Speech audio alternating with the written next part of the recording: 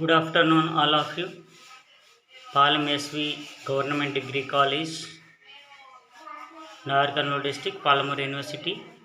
ఈరోజు BA third year విద్యార్థులకు తెలంగాణ చరిత్ర సంస్కృతి 6th సెమిస్టర్లో ముఖ్యమైన చాప్టర్ తెలంగాణలో సాంఘిక సాంస్కృతిక రాజకీయ చైతన్యం. తెలంగాణలో social and cultural and political movement చూస్తున్నట్లయితే సోషల్ కల్చరల్ అండ్ పొలిటికల్ రిఫార్మ్స్లో మనకు ఆంధ్ర మహాసభలు లేదా నిజాం ఆంధ్ర మహాసభలు తెలంగాణ ప్రజల్ని చైతన్యవంతులను చేయటంలో ముందుండటం జరిగిందని చెప్పుకోవచ్చు.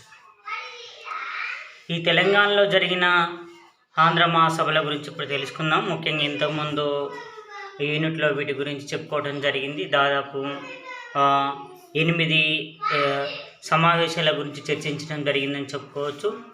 ఇక్కడ విద్యార్థి లక్ష్యం ఏంటంటే ఈ తెలంగాణ కోసం, అంటే మన తెలంగాణ సాధన కోసం ఆనాడు తెలంగాణ ప్రజల్ని ఏ విధంగా చైతన్యవంతం చేశాయో ఈ సంస్థలు, వాటి గురించి తెలుసుకోవటం ముఖ్యమైన లక్ష్యం అని చెప్పుకోవచ్చు. ముఖ్యంగా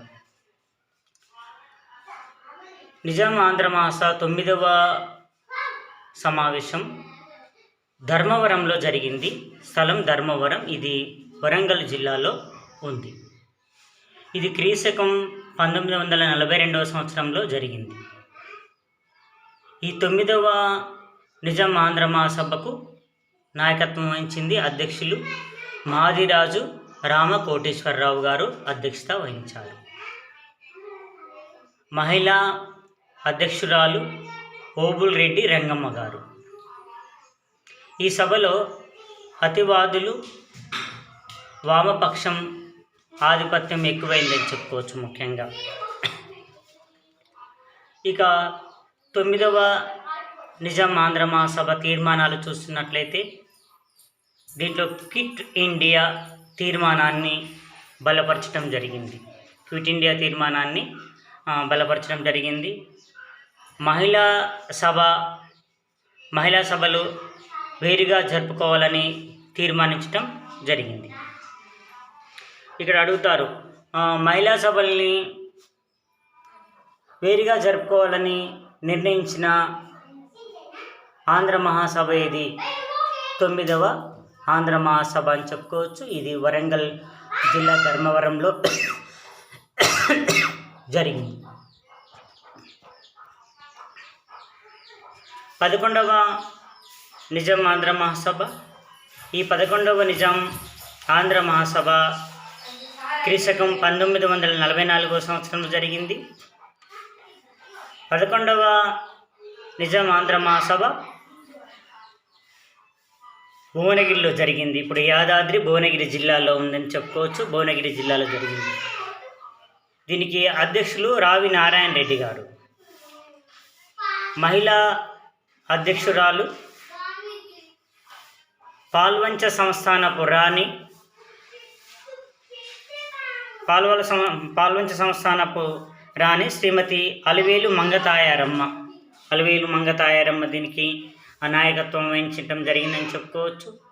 ఈ సభలో అతివాదులు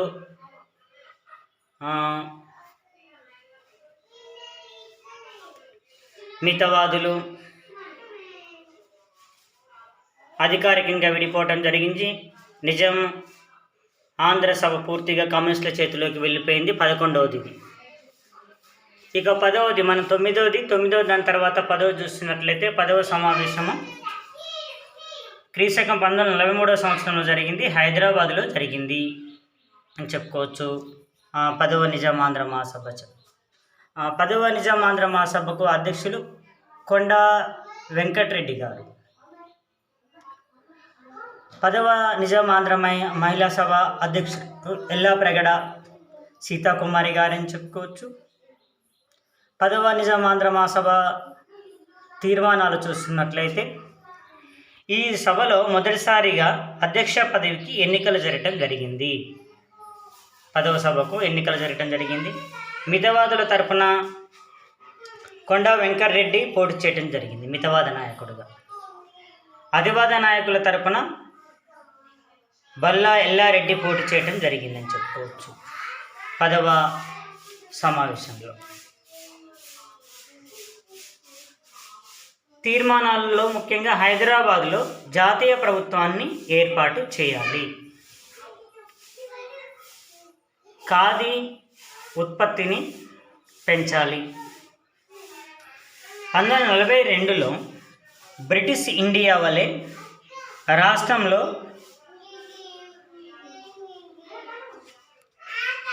నిర్బంధించిన కార్యకర్తల్ని విడిచిపెట్టాలి. బ్రిటిష్ ఇండియాలో కార్యకర్తలను ఏ విధంగా వదిలిపెట్టారో అదేవిధంగా హైదరాబాదులో కూడా కార్యకర్తల్ని విడిచిపెట్టాలని తీర్మానం చేయడం జరిగింది. ఆంధ్ర సారస్వత పరిషత్తు ఏర్పాటు గురించి చర్చించారు. ఇక మహిళా అభ్యున్నతి కోసం కొన్ని సంక్షేమ పథకాలని కొన్నిటిని కూడా ప్రవేశపెట్టడం జరిగిందని చెప్పుకోవచ్చు. మహిళా స్వేచ్ఛ కోసం కూడా ప్రయత్నం చేయడం జరిగింది. బహుభార్యత్వాన్ని నిషేధించాలని తీర్మానించారు. బాల్య వివాహాలని నిషేధించాలని తీర్మానించారు. వితంతుల పునర్వివాహాల గురించి కూడా తీర్మానించడం జరిగింది. స్త్రీలకు ఆస్తిలో సోదరులతో సమానంగా ఆస్తి ఇవ్వాలని కూడా చెప్పడం జరిగింది. ఇక 11వ మహాసభ మళ్ళొకసారి చూస్తున్నట్లయితే ఇది 1944 సంవత్సరం జరిగింది, భువనగిరిలో జరిగింది. అధ్యక్షుడు రావి నారాయణ రెడ్డి గారు, మహిళా అధ్యక్షురాలు పాల్వంచ సంస్థానపు రాణి శ్రీమతి అలివేలు మంగతాయారమ్మ గారు. ఈ సభలో అతివాదులు మితవాదులు అధికారికంగా విడిపోయారు. నిజాం ఆంధ్ర మహాసభ పూర్తిగా కమ్యూనిస్ట్ చేతిలోకి వెళ్ళిపోవడం జరిగిందని చెప్పుకోవచ్చు. మితవాద నాయకులైన కెవి రంగారెడ్డి, ఎం రామచందర్ రావు జాతీయ ఆంధ్ర మహాసభ అనే నూతన సంస్థను ఏర్పాటు చేసుకున్నారని చెప్పుకోవచ్చు మితవాదులు. ఇక తీర్మానాలు చూస్తున్నట్లయితే ఈ సభ్యత్వ రుసుము 4 అణాల నుంచి 1 అణాకు తగ్గించడం జరిగింది 11వ మహాసభలో అని చెప్పుకోవచ్చు. ముఖ్యంగా 12వ నిజాం ఆంధ్ర మహాసభ 12వ నిజాం ఆంధ్ర మహాసభ స్థలం ఇది కూడా మడికొండలో జరిగింది. ఇది వరంగల్ జిల్లాలో ఉందని చెప్పుకోవచ్చు. ఇది మితవాదుల సమావేశం, అతివాదుల సమావేశం 2గా విడిపోవటం జరిగింది 12వ మహాసభ. ఖమ్మంలో అతివాదుల సమావేశం జరిగింది, ఖమ్మంలో అతివాదుల సమావేశం జరిగింది. మితవాదుల సమావేశం మాత్రం వరంగల్ జిల్లా మడికొండలో జరిగింది. అతివాదుల సమావేశం మాత్రం ఖమ్మం జిల్లాలో జరిగింది. 12వ నిజాం ఆంధ్ర మహాసభ జరిగిన సంవత్సరం 1945వ సంవత్సరం. అధ్యక్షులు మితవాదులకు అధ్యక్షుడు మందముల నరసింహారావు, అతివాదుల నాయకుల అధ్యక్షుడు రావి నారాయణ రెడ్డి ఆధ్వర్యంలో ఇది ఖమ్మంలో జరిగిందని చెప్పుకున్నాము. మితవాదులము మందముల నరసింహారావు నాయకత్వంలో వరంగల్ జిల్లా మడికొండలో జరిగిందని చెప్పుకున్నాము. మహిళా అధ్యక్షురాలు గురుగుంట సంస్థానపు రాణి శ్రీమతి లలితాదేవి గారు. ఈ సమావేశంలో ఆంధ్ర మహాసభ ఐక్య వేదికగా ప్రాధాన్యత కోల్పోయింది అని చెప్పుకోవచ్చు. ముఖ్యంగా ఎందుకంటే అతివాదులు మితవాదులు విడిపోవటం కొంతవరకు ఐక్య వేదిక కూడా దెబ్బతిన్నది అని చెప్పుకోవచ్చు. 12వ మహాసభ 13వ మహాసభ చూస్తున్నట్లయితే 13వ నిజాం ఆంధ్ర మహాసభ ఇది 1946వ సంవత్సరంలో జరిగింది. ఇది స్థలం కంది మెదక్లో అని చెప్పుకోవచ్చు. మితవాదులు మెదక్లో ఈ సభ నిర్వహించుకోగా కరీంనగర్లో అతివాదులు 13వ ఆంధ్ర మహాసభని నిర్వహించుకోవటం జరిగిందని చెప్పుకోవచ్చు. అధ్యక్షులు చూస్తున్నట్లయితే మితవాదులకు సర్దార్ జమలాపురం కేశవరావు అధ్యక్షత వహించాడు మితవాద నాయకుడిగా. అతివాద నాయకుడిగా బద్దం ఎల్లారెడ్డి నాయకత్వం వహించడం జరిగింది. ఇది ఆంధ్ర మహాసభ చివరి సమావేశము అని చెప్పుకోవచ్చు. 1946 డిసెంబర్ 3న కమ్యూనిస్ట్ పార్టీ నిషేధానికి గురి కావడంతో ఆంధ్ర మహాసభ కూడా ముగింపు దశకు చేరుకుంది అని చెప్పుకోవచ్చు. తర్వాత ఈ సభ హైదరాబాద్ రాజ్య కాంగ్రెస్లో విలీనం చేయటం జరిగిందని చెప్పుకోవచ్చు.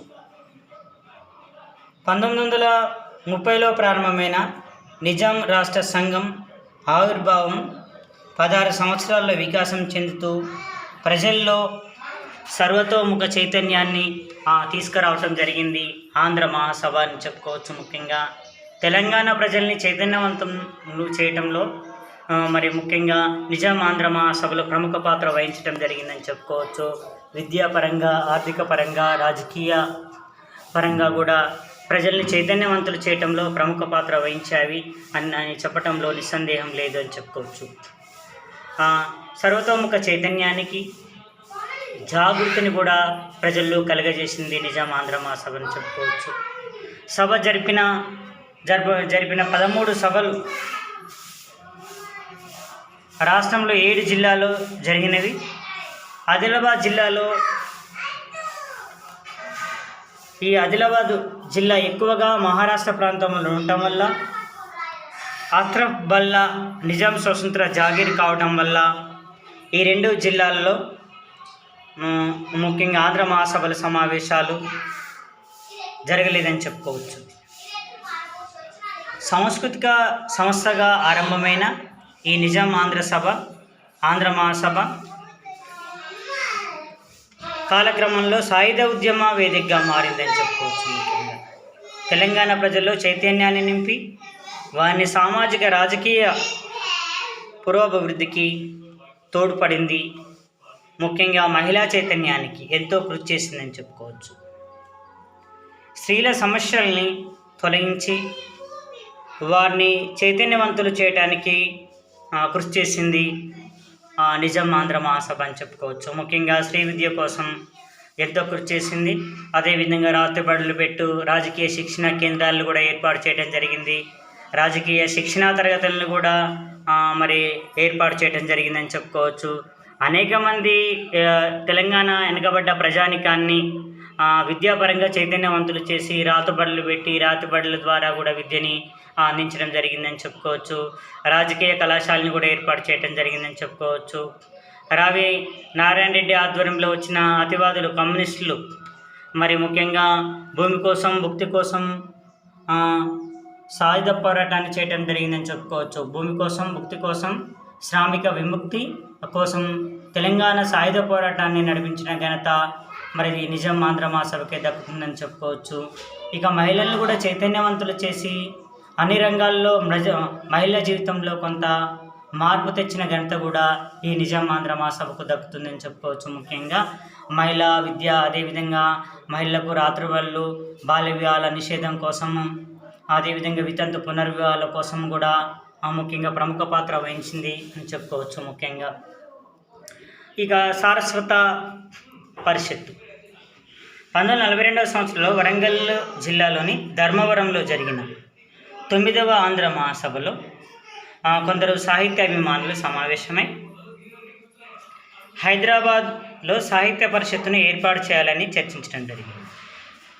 9వ ఆంధ్ర మహాసభ సాహిత్యాభిమానుల సమావేశమై హైదరాబాద్లో ఒక సాహిత్య పరిషత్తును ఏర్పాటు చేయాలని చర్చించటము. 10వ ఆంధ్ర మహాసభలో ఈ పరిషత్తు విషయమై ఒక నిర్ణయానికి రావటం జరిగింది. దాని ఫలితంగా మే 26, 1943 సంవత్సరంలో రెడ్డి హాస్టల్లో సురవరం ప్రతాప్ రెడ్డి నాయకత్వంలో, అదేవిధంగా మాడపాటి హనుమంతరావు, సురవరం ప్రతాప్ రెడ్డి గారి నాయకత్వం, మాడపాటి హనుమంతరావు గారి నాయకత్వం, బూర్గుల రంగనాథరావు గారు, బూర్గుల రామకృష్ణారావు గారు, కాళోజీ నారాయణరావు గారు, గడియారం రామకృష్ణ శర్మ గారు, భాస్కర భట్ల కృష్ణారావు గారు మొదలైన వారు సమావేశమై హైదరాబాదులో సాహిత్య పరిషత్తును ఏర్పాటు చేయడం జరిగిందని చెప్పుకోవచ్చు. ఈ హైదరాబాద్లో సాహిత్య పరిషత్ ఏర్పాటు చేయడం ద్వారా అనంతరం దీని పేరును నిజాం రాష్ట్ర ఆంధ్ర సారస్వత పరిషత్తుగా మార్చడం జరిగింది.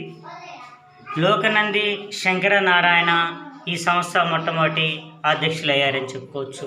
లోకనంది శంకరనారాయణ నిజాం ఆంధ్ర సారస్వత పరిషత్తుకు మొట్టమొదటి అధ్యక్షులు కావటం జరిగింది. నిజాం రాష్ట్ర ఆంధ్ర సారస్వత పరిషత్తు ముఖ్య లక్ష్యాలు చూస్తున్నట్లయితే, నెంబర్ 1, ప్రజలలో తెలుగు అంటే ఇది మాతృ భాషాభిమానాన్ని పెంపొందించడం. తెలంగాణ ప్రజల్లో ఎక్కువ మంది తెలుగు మాట్లాడతారు కాబట్టి తెలుగు ప్రజల్లో తెలుగు భాష అభిమానాన్ని పెంపొందించడం కోసం ఈ నిజాం ఆంధ్ర సారస్వత పరిషత్తు కృషి చేయడం జరిగిందని చెప్పుకోవచ్చు. నెంబర్ 2 చూస్తున్నట్లయితే, తెలుగు పాఠశాలల్ని రాష్ట్రం అంతటా స్థాపించడం జరిగిందని చెప్పుకోవచ్చు. మాతృభాషలో విద్యను అందించడం కోసం మాతృభాషలో పాఠశాలను స్థాపించడం జరిగిందని చెప్పుకోవచ్చు. అంతకుముందు నిజాం ఉన్నారు కాబట్టి నిజాం కాలంలో ముఖ్యంగా అరబ్బీ భాషకి ఎక్కువ ప్రాముఖ్యత ఇచ్చేదని చెప్పుకోవచ్చు. ముస్లిం కాబట్టి అరబ్బీ పర్షియా భాషలకి ఎక్కువ ప్రాముఖ్యత ఇచ్చేవారని చెప్పుకోవచ్చు. ఉస్మానియా యూనివర్సిటీ కూడా పర్షియా భాషనే ఉంది. ముస్లిమ్స్ మైనారిటీ అయినప్పటికీ పాలకులు వాళ్ళు కాబట్టి వారి యొక్క భాషనే ఉండేది అని చెప్పుకోవచ్చు. ఉర్దూ భాష ఉండేది ముఖ్యంగా తెలంగాణ ప్రాంతంలో. ఉర్దూని నేర్చుకోవాల్సి ఉండేది కాబట్టి తెలుగు పాఠశాలని రాష్ట్రమంతటా స్థాపించాలి, మాతృభాష అభివృద్ధికి కృషి చేయాలని నిర్ణయించడం జరిగిందని చెప్పుకోవచ్చు. ముఖ్యంగా గ్రామాల్లో రాత్రిబడులు నిర్వహించడం, ఎందుకంటే నిరక్షరాస్యత ఎక్కువ ఉంది కాబట్టి ఆ రాత్రిబడులు నిర్వహించడం, ఎందుకంటే పెద్దవారికి. 4th వన్ చూస్తున్నట్లయితే, విద్యార్థులకు పాఠ్య ప్రణాళికలు తయారు చేసి పరీక్షలు కూడా నిర్వహించడం జరిగిందని చెప్పుకోవచ్చు ముఖ్యంగా. ఇక 5th వన్ చూస్తున్నట్లయితే, వయోజనులు, స్త్రీలు, బాలురు, వృద్ధులు సులభంగా రాయగలిగిన పరీక్షలు మాతృభాషలోనే నిర్వహించాలి. వయోజన విద్యా కేంద్రాలు ఉన్నాయి, అదేవిధంగా రాత్రిబడులు ఉన్నాయి కాబట్టి స్త్రీలకు, అదేవిధంగా బాలబాలికలకు, అదేవిధంగా వృద్ధులు వీళ్ళందరూ కూడా సులభంగా రాయగలిగిన పరీక్షలు మాతృభాషలోనే నిర్వహించాలి, ప్రజలకు అర్థమయ్యే భాషలని ఒక నిర్ణయానికి రావటం జరిగింది. 6th వన్ చూస్తున్నట్లయితే, రచయితల్ని ప్రోత్సహించి గ్రంథాలు రాయించటం. దీనికి పోటీలు కూడా నిర్వహించడం జరిగిందని చెప్పుకోవచ్చు.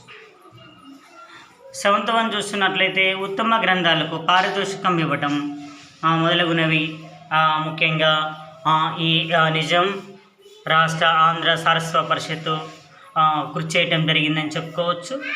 తన వంతుగా అనేక గ్రంథాలయాలను కూడా విడుదల చేయటము, మరి అదేవిధంగా రచయితలను ప్రోత్సహించడం, ఉత్తమ గ్రంథాలు వ్రాయించడం జరిగిందని చెప్పుకోవచ్చు. నిజాం రాష్ట్ర ఆంధ్ర సారస్వత పరిషత్ అని చెప్పుకోవచ్చు.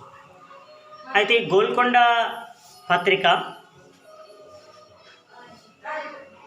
కార్యాలయమే ఈ సంస్థ కార్యాలయంగా ఉండేది.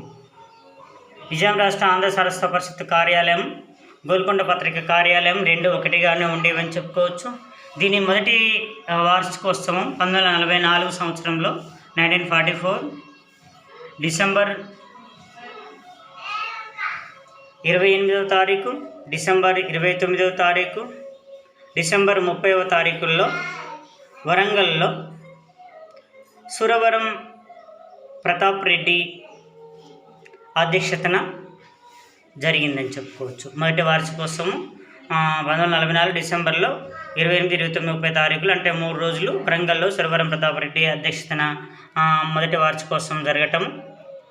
ఈ సమావేశంలో తెలుగు భాషను అభివృద్ధి చేయాలని, తెలంగాణ జానపద సాహిత్యాన్ని కాపాడాలని, దానికి గాను నిఘంటువులని, శాసనాలు, ఇన్స్క్రిప్షన్స్, నిఘంటువులు అంటే డిక్షనరీస్, ఇన్స్క్రిప్షన్స్ అంటే శాసనాలు,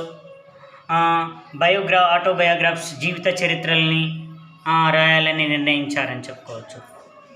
1949లో నిజాం రాష్ట్ర అనే పదం తొలగించి ఆంధ్ర సారస్వత పరిషత్తుగా దీని పేరు మార్చడం జరిగింది. 1949లో నిజాం రాష్ట్ర అనే పదం తొలగించి, ఎందుకంటే నిజాం రాష్ట్ర ఆంధ్ర సారస్వత పరిషత్ అని మొట్టమొదటి పేరు పెట్టడం జరిగింది. ఆ తర్వాత దీని పేరు మార్చారు, ఆంధ్ర సారస్వత పరిషత్తుగా దీని పేరు మార్చడం జరిగింది. దేవులపల్లి రామనుజరావు ఈ పరిషత్ తరపున తెలుగు భాషాభివృద్ధికి ఎంతగానో కృషి చేయటం జరిగిందని చెప్పుకోవచ్చు. తెలుగు భాష అభివృద్ధి కోసం తన వంతు ప్రయత్నం చేయటం జరిగిందని చెప్పుకోవచ్చు. ఈ విధంగా తెలంగాణ ప్రజల్ని ఆంధ్ర ప్రజల్ని చైతన్యవంతం చేయటంలో ఆంధ్ర సారస్వత పరిషత్తు తన వంతు కృషి చేయటం జరిగిందని చెప్పుకోవచ్చు.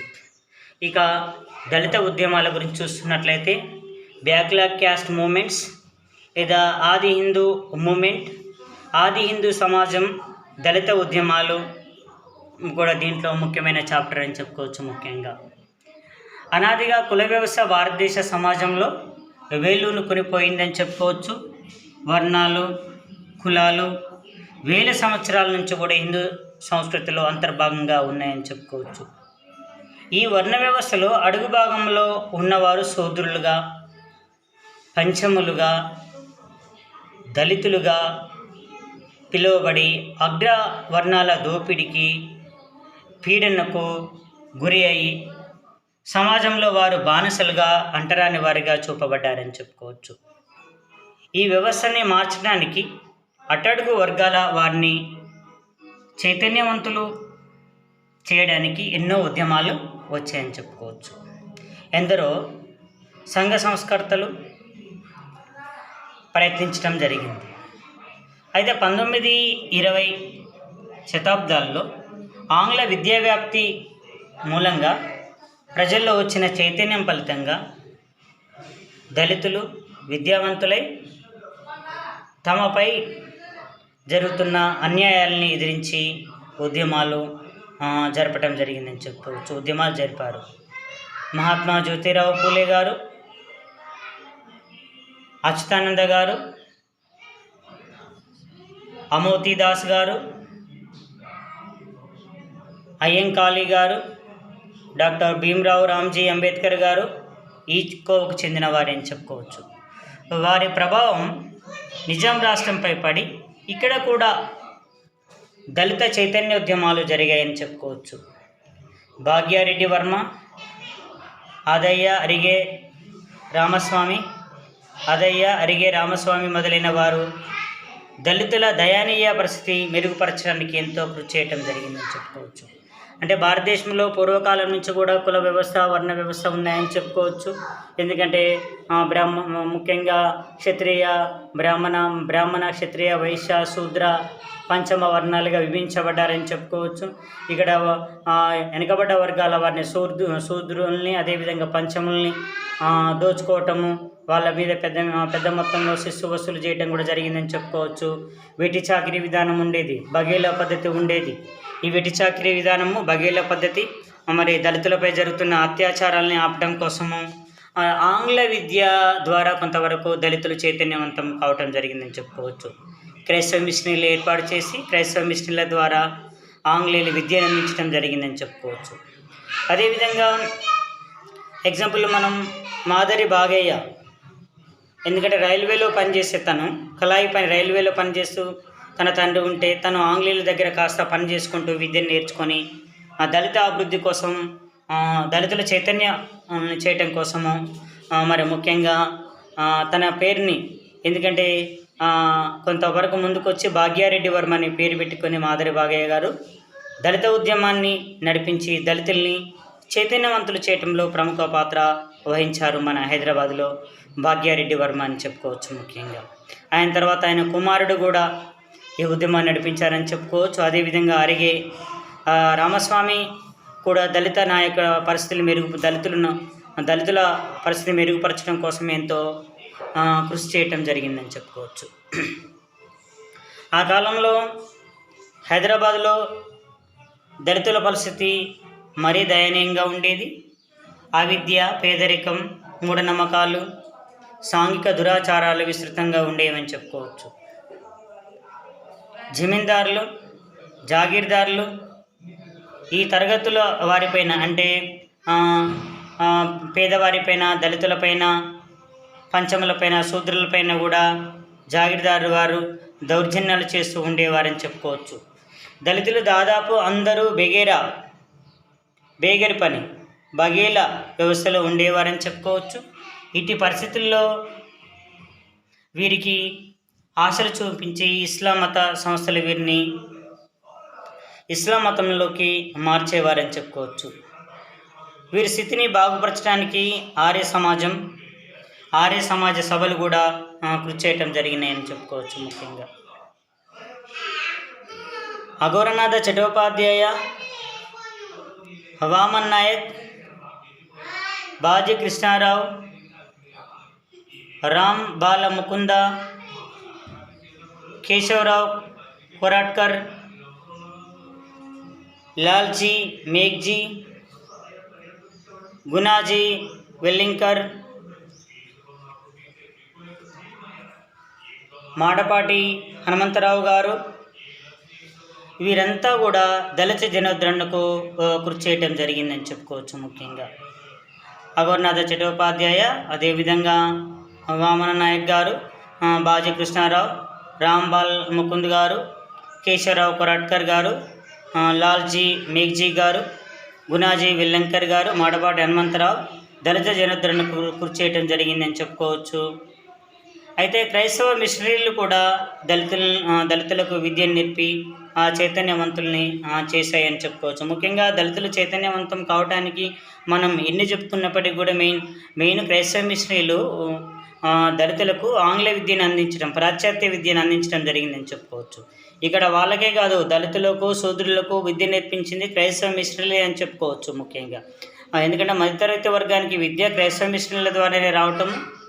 ఈ విధంగా క్రైస్తవ మిషన్ల వల్ల చైతన్యవంతులైన వాళ్ళు మరి ముఖ్యంగా సనాతన ధర్మాలని, మూఢనమ్మకాలని పైన బావుట ఎగురవేయటం జరిగిందని చెప్పుకోవచ్చు. ఈ విధంగా మరి ఆంగ్ల విద్య వల్ల కొంత శూద్రులు దళితుల్లో కూడా మార్పు రావటం జరిగిందని చెప్పుకోవచ్చు. ఫలితంగా దళితులు చదువుకొని తమ జాతి అభివృద్ధి కోసం కృషి చేశారని చెప్పుకోవచ్చు. దీని ఫలితంగానే 20వ శతాబ్దం మొదటి దశలో తెలంగాణ ప్రాంతంలో దళిత ఉద్యమానికి బీజం పడిందని చెప్పుకోవచ్చు. ఈ విధంగా దళిత ఉద్యమాలు రావటం జరిగిందని చెప్పుకోవచ్చు. ముఖ్యంగా ప్రజల్లో వచ్చిన ఈ మార్పుని ఆత్మగౌరవ ఉద్యమానికి దారితీయడం జరిగిందని చెప్పుకోవచ్చు. ఆత్మగౌరవ ఉద్యమాలు రావడానికి ఇది ముఖ్యమైన కారణం అని చెప్పుకోవచ్చు. ముఖ్యంగా దళితుల అభివృద్ధి కోసం విశేషంగా కృషి చేసిన వారు, ముందు వరుసలో ఉన్నవారు మన హైదరాబాద్లో చూస్తున్నట్లయితే ముందే చెప్పుకున్నాం మనం, భాగ్యారెడ్డి వర్మ గారు అని చెప్పుకోవచ్చు. మరి ఇతను ఆంగ్ల విద్య నేర్చుకుని చైతన్యవంతుడై ముఖ్యంగా మరి దళితుల ఉద్ధరణ కోసం ప్రయత్నం చేయటం జరిగింది భాగ్యారెడ్డి వర్మ హైదరాబాద్లో అని చెప్పుకోవచ్చు. ఈ భాగ్యారెడ్డి వర్మ గారు ఈయన ఆది హిందూ ఉద్యమాన్ని ప్రారంభించారని చెప్పుకోవచ్చు. ఆది హిందూ ఉద్యమాన్ని ప్రారంభించి ముఖ్యంగా దళితుల అభివృద్ధి కోసం పాటుపడటం జరిగిందని చెప్పుకోవచ్చు. ఆనాడు దళితులకు విద్య లేదు కాబట్టి వెనుకబడ్డ వర్గాలైన దళితుల్లో మూఢాచారాలు ఉన్నాయి. అదేవిధంగా అస్పృశ్యత, బగేల పద్ధతి, బేగర్ పద్ధతి, వెట్టి చాకిరీ విధానం ఇవన్నీ ఉన్నాయి కాబట్టి వీటన్నిటిపైన తిరుగుబాటు బావుట వేయటం కోసము విద్యని బాగా వినియోగించుకున్నారు భాగ్యారెడ్డి వర్మ అని చెప్పుకోవచ్చు. ఈయన దళితుల జీవితంలో మార్పు రావటం కోసము ఆది హిందూ ఉద్యమాన్ని ప్రారంభించడం జరిగిందని చెప్పుకోవచ్చు. ఈ ఆది హిందూ ఉద్యమాన్ని ప్రారంభించాడు. ఈ ఆది హిందూ ఉద్యమం ద్వారా దళితుల అభివృద్ధికి పాటుపడ్డారు భాగ్యారెడ్డి వర్మ అని చెప్పుకోవచ్చు. భాగ్యారెడ్డి వర్మతో పాటు అరిగే రామస్వామి గారు కూడా దళిత ఉద్యమానికి పాటుపడ్డారని చెప్పుకోవచ్చు. అదేవిధంగా ఈ అస్పృశ్యత నివారణ కోసం కూడా ఉద్యమాలు చేయడం జరిగిందని చెప్పుకోవచ్చు అరిగే రామస్వామి గారు కూడా. అదేవిధంగా బిఎన్ వెంకట్రావు గారు కూడా దళిత చైతన్యానికి విశేషంగా కృషి చేశారని చెప్పుకోవచ్చు. ఈ విధంగా భాగ్యారెడ్డి వర్మ, అరిగే రామస్వామి, వెంకట్రావు దళిత చైతన్యానికి విశేషంగా కృషి చేశారని చెప్పుకోవచ్చు. ముఖ్యంగా వీరి ముగ్గురిని దళిత చైతన్య నామకృతయంగా అంటే దళిత ఉద్యమంలో ముఖ్యమైన నాయకులుగా నామకృతయంగా పేర్కొనడం జరిగిందని చెప్పుకోవచ్చు. ఈ దళిత ఉద్యమం గురించి నెక్స్ట్ వీడియోలో చూద్దాం. Thank you all of you.